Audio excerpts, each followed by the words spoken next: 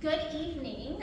As many of you know, I am Rachel Schneider. I direct the Religion and Public Life Center at the Bonnick Institute for the study and advancement of religious tolerance here at Rice. And I'd like to welcome you all to this very special Religious and Civic Leaders Gathering, which is organized by the Religion and Public Life Center, known as RPLC. And I want to thank the entire Bonnick Institute team for everything they have done to make tonight's event possible, as well as thank each of you for being here. It means so much to me that you have chosen to come out tonight amidst the busyness of summer work and schedules and all the things that are competing for your time and attention. As some of you know, these particular gatherings, the Religious and Civic Leaders gatherings, were designed to bring university, civic, and religious leaders together in an intimate setting to share research-driven dialogue, to gain insights about some of the most pressing issues of our time.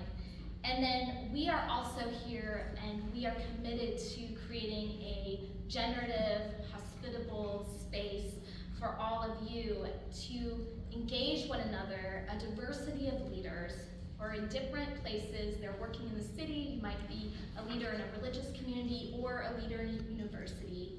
But we want this to be a space to come together, to network, and also to learn. And as many of you know, this is my last gathering as director of the RPLC. I will be stepping down to join the Department of Religious Studies at the University of Tennessee as an assistant professor of religion and public life. So I'm still staying in religion and public life. And I'll be sharing more about that role in a minute, but please know that this change is very bittersweet for me. I deeply value the work of the RPLC and especially gatherings like this one. And it has been such an honor to direct the RPLC these past 3 years and to be involved in the broader work of the Bonnick Institute. Well, the Bonnick Institute for 3 years, but then the RPLP, now RPLC for, I counted it, almost 8 years. So really, really hard to believe, but I have been just so captivated and committed to the vision of this center since I finished my PhD. And I'm so grateful that I've had so many opportunities to be involved, and I've grown immensely as a scholar and as a leader. And so I'm really excited that this new position is going to give me a chance to build on and extend the work that I've already been doing. As part of my role, I'm going to be coordinating a religion and nonprofit leadership concentration and helping to build that out. And I'll be teaching courses on religion in the workplace, race and religion and nonprofit leadership. So it's very exciting. But tonight, I'm here to just share with you all my vision for how I've been shaped here as a leader, and the principles that I'm taking with me as I go that you all have shaped. And I'm here to celebrate the RPLC and the entire team that has been such an important part in developing who I am today, as well as to celebrate all of you. I don't think the RPLC would be what it is without each one of you, and I so value all the informal and formal ways that we've had to interact and connect over the last few years. I'm so proud of our accomplishments over these past 3 years, so if you'll indulge me, I want to talk a little bit about what we've accomplished. So many of you were here for our dynamic celebration event last August when the long-standing success of the Religion and Public Life program was recognized and we became officially a center. It was a wonderful celebration. Since then, and through the 3 years that I've been directing, we've hosted 21 religious and civic leader gatherings. Tonight is 22 that have engaged hundreds of religious and civic and academic leaders here in Houston and around the nation. And we've examined topics ranging from the religious lives of millennials and Gen Z, to politics and polarization, white Christian nationalism, nationalism and racism, religious leader burnout and mental health among clergy, religious discrimination, including Islamophobia and anti-Semitism, religion and spirituality in the workplace, interfaith leadership, and the list goes on. We've talked about the significance of African American and Latino religious communities to U.S. public life, and what it means to rebuild our communities in the wake of natural disasters and pandemics. So it's a very wide range of topics, and I'm sure even as I'm talking, you might remember some of those gatherings. I've also led sold-out workshops at the American Academy of Religion, where we've shared the work that we're doing here at Rice with others across the country who are wanting to develop centers and institutes and programs around religion and public life, and led multidisciplinary symposiums on race and religion. And this has just been an incredibly rich period. I've also published, if you let me just say what I've done, I've published 6 academic articles as director from RPLC Research, and I've co-authored with Elaine Howard-Eklund and many others in this room that I've seen, graduate students, postdoctoral fellows. And then one of my other favorite things, besides these gatherings that I get to do, is that I've led 53 weekly scholars meetings that include undergraduate students, graduate students, our postdoctoral research fellows, and other staff and faculty connected to the Bonnick Institute and RPLC. And these are weekly gatherings where we really build intellectual community, and we get to share research and progress. And I see both of these spaces as just these important spaces of community building and greater understanding. We share work in progress, and I just hope that you'll get a chance in the years to come to hear some of that work as it reaches its fruition.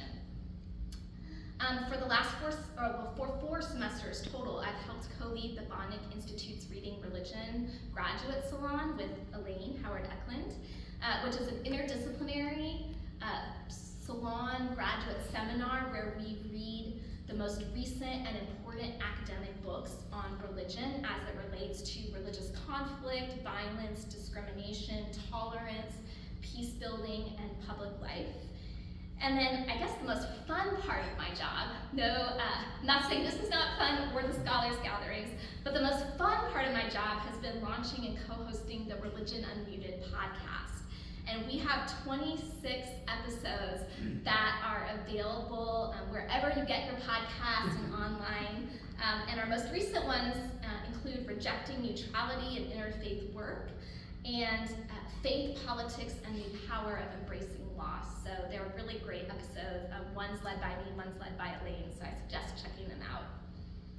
And so I say none of all of this to brag, but more to say I will deeply, deeply miss the Bonnick Institute and the RPLC, and to say that it's been such a privilege and pleasure to interact with all of you these past 3 years. Again, there would be no RPLC without the vital work that you all do as academic, religious, and civic leaders. And your work truly has nourished my spirit with hope for the future of our city and our nation. So as I leave Rice, I want to share with you 3 core convictions that I have about the importance of studying religion in these times. These have been forged through my work leading the RPLC, and I'll be taking them with me to the University of Tennessee in my new role. So 1, religion is a powerful force in the world.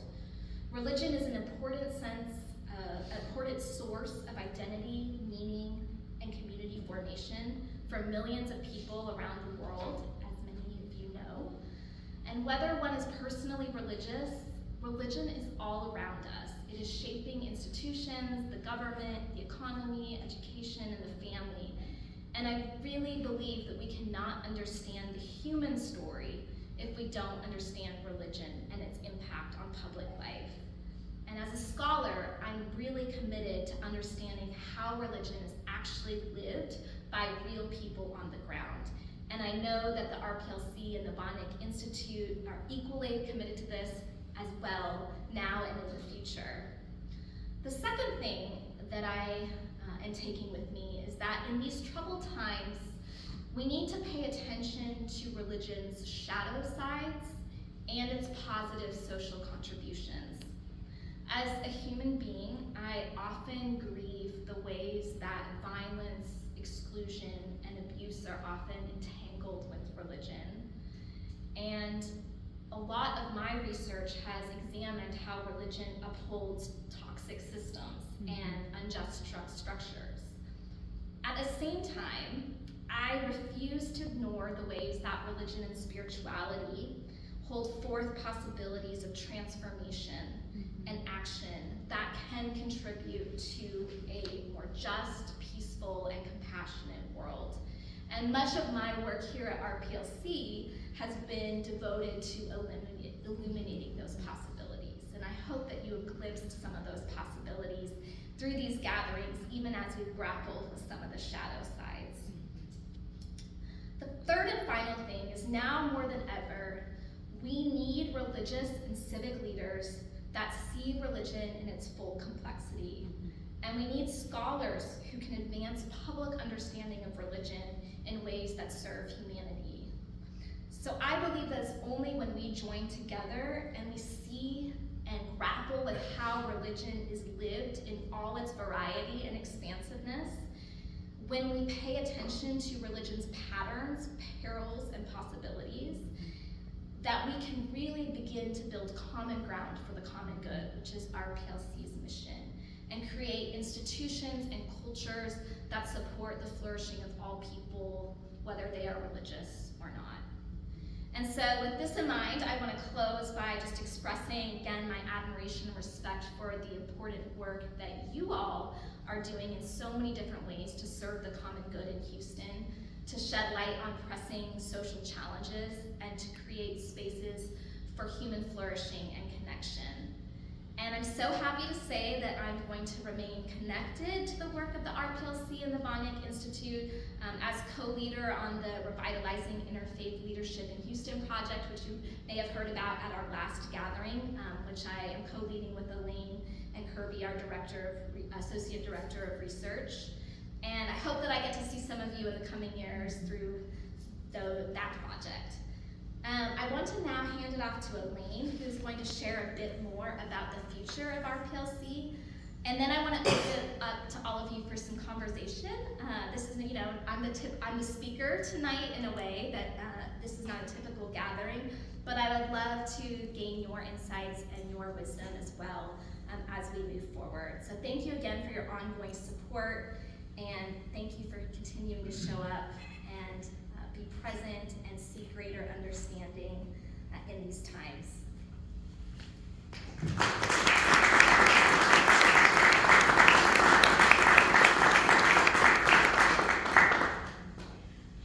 Thank you, Rachel. When I started the Religion and Public Life program, then the Religion and Public Life program 15 years ago, I dreamed of a program where we might use social science research on religion to translate it to religious leaders so that then they in turn might use it. We were finding out really interesting things through our research, and I thought this shouldn't remain in the academy. This should get out there and be helpful to religious leaders in the community. It was just me and a couple of very bright Rice University students. The last 3 years at the Boniek Institute's Religion and Public Life Center have seen tremendous success in the advancement of its mission, far beyond what I could have imagined or dreamed of those 15 years ago. This is a funny thing to say, but I'm so glad that I stepped down 3 years ago to make a way for Rachel to step in. That was a very important decision. And I just could not be happier with what Rachel has done these last 3 years. Rachel has brought a wider variety of religious leaders from different traditions.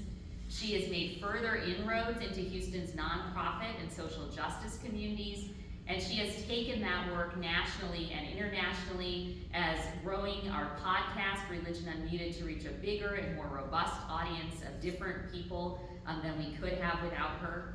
She's grown out our programs for Rice University undergraduates quite tremendously and spearheaded new approaches to mentorship.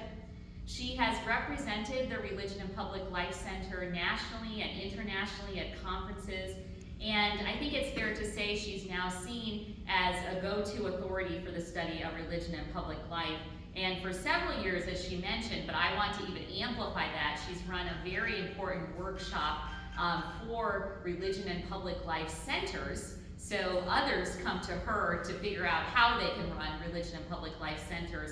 I think we had over 50 people there, scholars who are interested in starting or already running religion and public life centers and programs at their universities last year. She will be enormously missed by the Banyak Institute, by the Religion and Public Life Center, and by me personally, as she's been an invaluable scholarly colleague, partner, and friend. She has grown that early Religion and Public Life program, we'll call that 1.0, into a robust Religion and Public Life Center 2.0, 2.0 plus, and I just could not be more thrilled. And as we look towards the future, I want to say too that we're extremely pleased by how the Religion and Public Life Center, as it's moved underneath the Banyak Institute for the Study and Advancement of Religious Tolerance, how this center, whose primary mission is really to reach the community, to reach religious leaders, to help them understand that research can be really good news, that it's not necessarily always good news, but it can be good in the sense that you can use it to change your organizations and to make the world better. We are so excited to announce that we will be appointing a new director of the Religion and Public Life Center July 1st.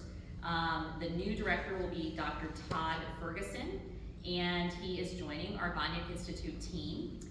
Todd is a sociologist of religion. He's also a former pastor, and he specializes in the study of congregations and religious leadership. And he in particular has a focus on helping faith leaders cultivate strong and vibrant communities.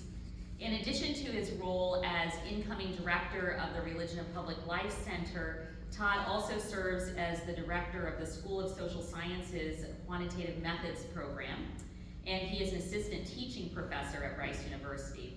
Todd is also a fellow of Duke University's Clergy Health Initiative. He's written a very important book on burnout among religious leaders and why religious leaders make transitions from their congregations. He earned his PhD in sociology from Baylor University. He has a Master's of Divinity from Duke Divinity School, and he has a Bachelor of Arts in Psychology from Baylor as well. As incoming director, Todd will be tasked with continuing and expanding the RPLC's signature religious and civic leader gatherings. This is really what makes the Religion and Public Life Center distinctive, and we have not been able to find any other university program that really reaches out to religious leaders in quite the same way that we do, and then uses their insights to inform our research, so it's very much a give and take. So Todd will continue and expand these gatherings, and he has a real vision for that. The focus of the coming year's gatherings will be on leading religious communities through social change. I cannot think of a more important topic in these times. Todd will also sponsor scholarship through co-leading our weekly scholars meetings, and he will take over the Religion and Public Life Center workshop at the American Academy of Religion, which Rachel so capably started. We really look forward to this exciting new chapter in the life of the Religion and Public Life Center under the Banyak Institute, and I hope that you will join Todd and me and the rest of our team for our next Religious and Civic Leader gathering in the fall. We'll be releasing the whole set of gatherings in August, so look out for that. There's so much more I could say, but I think we want to save a little bit of time to hear from you, and so I'm going to hand it back to Rachel now. Thank you so much for being